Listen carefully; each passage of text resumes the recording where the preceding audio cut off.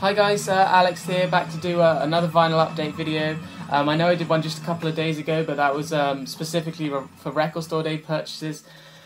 Very coincidentally, actually, my mum she owns an antique store, and she went down to an auction on Saturday and managed to win this massive crate of records. Knowing that I like vinyl, of course, for a very, very cheap price, and she thought she'd bid on them for me and managed to win. So on the same day as buying all these exclusive releases, she came home with this crate of records for me to look through, and there's some really decent stuff in there actually. I ditched probably half of it, but got some really cool stuff, and I wanted to put another video up to show you guys the cool stuff.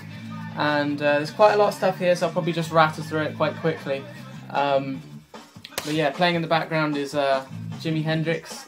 This is a greatest hit CD, Experience Hendrix. Really getting into Hendrix at the moment after buying that single on Record Store Day. It's really kind of sparked something for me. So yeah, that's what's playing in the background, and I'll get on and show you my finds. Right then, so yeah, first of all, yesterday I headed back to the record store to just see what they had left from the exclusives they released on Record Store Day. And I was surprised actually, they had quite a few singles left. They had a bunch of 7-inches and quite a few 10-inch and 12-inch singles. Not many LPs. They had the Doors in mono there, which I was tempted by, but it was 20 quid. But in the end I just picked up one thing, just a 7-inch I didn't manage to get on the day. And here it is. This is Havana Affair, as performed by the Ramones in 1976 and Red Hot Chili Peppers in 2002. So it's nice. It's kind of nice to see two takes of the same song and how they vary. And I have to say I way prefer the Ramones version, but yeah, they're both cool. And I saw Derek talking about this, and I have to agree. They've done a really good job with these. I believe they were pressed in the Netherlands, and quite expensive for a 7-inch, $6.99, but I think it's worth it. Obviously nice on the red vinyl there. And yeah, so I was happy to find one of these. I think they had 2 left, and got the Record Store Day exclusive sticker there on the bottom. So yeah, that was cool to find. This one here, got this in the post. I bought this off an online retailer a few days ago. No, about a week ago now. This is the Velvet Underground's White Light, White Heat. From 1968, and this is a reissue of this album, I believe from the, probably 5 years ago I think this was released, and this is a 180-gram version, and I have to say this is probably, behind the Velvet Underground and Nico, the Banana album, this has to be my one of my favourite records of theirs, definitely. I think this is probably when they're at their heaviest. Some really, really cool songs in here. Obviously the title track, White Light, White Heat, is cool. The Gift is kind of like a commentary by John Cale, really, really entertaining story, with kind of a moral message behind it. And yeah, it's got a 17-minute epic at the end, which is really cool as well. So this has to be, this was really cool to find. I found this for a tenner online, so I couldn't resist it, and it sounds good on my turntable, so yeah. Really happy to find that one. And this one here I actually found in a charity shop a few days ago. Again, I've been looking for this for so long, and haven't found a good copy, and finally found this one, and this was in really good condition. This is John Lennon's Imagine, and obviously this is a hugely famous album, very influential, and probably the most famous of his solo work. I believe it was 1971 it was released.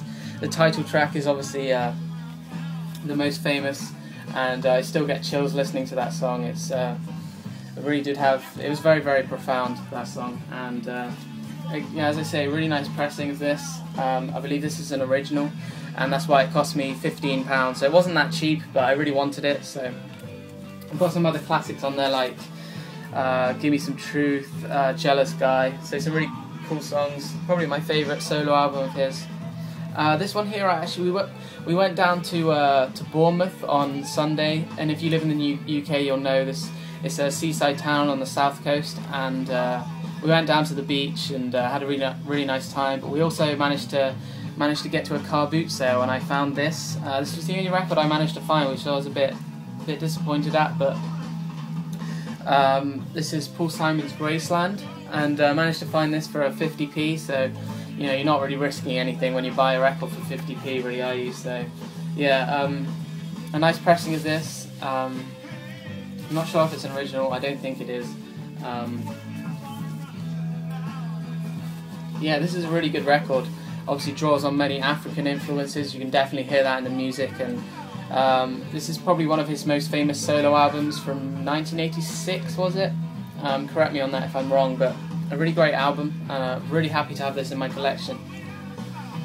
And now I'll get into the stuff my mum bought back in the crate. As I say, I ditched probably half of it because the records were so scratched and wouldn't have played good. So there's no point, you know, wasting space. But this stuff here, some of it I'm quite apprehensive about, but I'm still very much in that phase of experimenting and trying new music, even if I don't like it, then at least I can say I've heard it and that I've experienced it. So some of this stuff's really cool though, so I'm just going to whiz through the records I don't know anything about, but this one here was really cool. This was this is Johnny Cash at San Quentin, and obviously this was when Johnny Cash kind of toured America playing all these shows in various prisons, and yeah, this is obviously the famous one, the very famous one is Folsom Prison, when he played at Folsom Prison, but this is equally as good in my opinion, and I'd go as far to say this is an essential. I think if you don't have this, you have to pick this up on vinyl. It's a really, really great show. Just the way he interacts with the crowd and really gets everyone going is infectious and really great to hear, and definitely I've been looking for a record from him for quite a while, just haven't found the right one, and this was awesome to find, and this is in stereo and a nice pressing, a little bit battered the sleeve, but the record plays good, so yeah, definitely pick that up if you don't have it. Now these next few I'm just going to whiz through because there's no point me talking about records I don't know anything about. Genesis, self-titled album from the mid-80s. I'm getting into Genesis quite a bit at the moment, so it's good to have another one of their records in the collection, so I'll give this a good listen over the next few days. Not a big fan of that artwork, but hey, you can't have everything. Next one, Brothers in Arms, Dire Straits. Again, I think an 80s record. Maybe you guys could tell me a bit more about that. Bit of Wham, gotta have a bit of Wham in the collection. You know, why not? I mean, this has some catchy tunes on it. This is their album Make It Big. Again, I think from the 80s. Really cheesy cover there, but this has got the famous song Wake Me Up Before You Go Go. That song always seems to get stuck in my head. I have no idea why. But yeah. Status Quo, Never Too Late. Cool album cover there. So a lot of these are 80s records, which would make sense because they all come from the same person. This is Electric Light Orchestra with a gatefold there. This one I'm a little bit apprehensive about. I'm not sure if I'm going to like it, but that was like their logo, from the little I know about them. This is Super Tramp, Breakfast in America, and my dad was saying that I have to listen to this. He's saying that this is an essential for my collection. Yeah, to be honest, I'm a little bit apprehensive because my dad doesn't have the best taste in the world, but yeah, these guys I think they're a British band. They look quite Swedish though, from the picture. Again, a cool album cover. Now this next one is the one I'm most excited about out of all these records, so I was absolutely psyched to find this. My face literally just lit up when I saw this in the crate. It's the Beatles' Abbey Road. I finally have a copy of Abbey Road on vinyl, and I'm so excited because this is actually an original copy, and the reason I can tell that is because I did a little bit of research, and it has the gutter there showing at the bottom, and also they don't list Her Majesty on the track listing there on the back. That's how you know that this is an original, and yeah, absolutely psyched to finally have a Beatles record on vinyl, and Abbey Road is certainly one of my favourite of theirs, so yeah, this is in good nick. The guy's written his name on there, which is always annoying, and he's also written it on the label on the record as well. But can't have everything, and yeah, certainly happy to find this, and I'm sure it won't be my only pressing. I'm sure I'll find another one during the course of my record collecting, but it's great to have.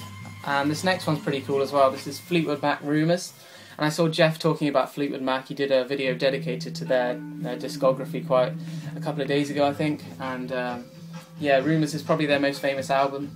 Quite a late album though, like again, I think mid-80s. So this is, again, nice pressing, got the insert there, and really happy to finally have a copy of this.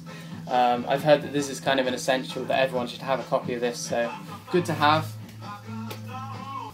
Right then, so finally I have one more album to show you, and this is Iron Maiden, The Number of the Beast. And it's great to finally have one of their Iron Maiden's albums on vinyl. I have to say I'm completely new to this band, literally haven't heard anything from them whatsoever. I haven't heard one song. And I know a lot of you guys out there are into this stuff, but I haven't really explored it too much yet. Obviously I kind of got into heavy metal a couple of weeks ago, and really starting to appreciate it when I bought that Black Sabbath LP. That was really, really, really good, and hoping this will be good too. But really don't know anything about this. Don't know if it's one of their stronger albums, one of their weaker albums. I know Mr. Hall of Fame's a fan, so you know, if you could tell me a little bit more about this, that'd be awesome. But yeah, that's basically everything I have to show you. Really, really good week for vinyl. I have to thank my mum, because it was so thoughtful of her to bid on this for me, and some really cool albums in there. I think you'll agree. Obviously, the Abbey Road is probably the highlight for me, and the Johnny Cash was cool as well. But yeah, I'm sure a lot of those mid-80s albums are real classics, but literally I just really don't know anything. Well, I know very, very little about the 80s. I'm much more of a 60s and 70s fan, but I'm, you know, certainly going to give them a listen. And yeah, you know, before I wrap this video up, I just want to say thank you. Thank you so much to everyone who subscribed to me in the past 4 months since I opened this channel. I hit the magic 100 subscribers, you know, I think 3 days ago, and I'm on about 107 now, so it just means so much that you guys are watching my videos and subscribing, and I hope you've enjoyed watching my videos as much as I've enjoyed watching yours. It's been a real pleasure being part of this vinyl community, and really hope it grows and develops, and there's certainly evidence for that. There's people seemingly joining and uploading videos every day now, so it's great to see, and it's just taken my listening and music experience to a whole new level. So I want to thank you guys. It's been great being part of the community, and I'm really enjoying your videos, and keep them up, and long may it continue. But apart from that, that's this video just about done. I'll be back. I'm going to do a response maybe today, maybe tomorrow, to Jeff Cordman. He asked me a question in a message he sent me, and he wanted me to do a video response, so really happy to do that, and I'm going to do it either today or tomorrow, so bear with me on that. But apart from that, thanks for watching guys, and I'll see you next time.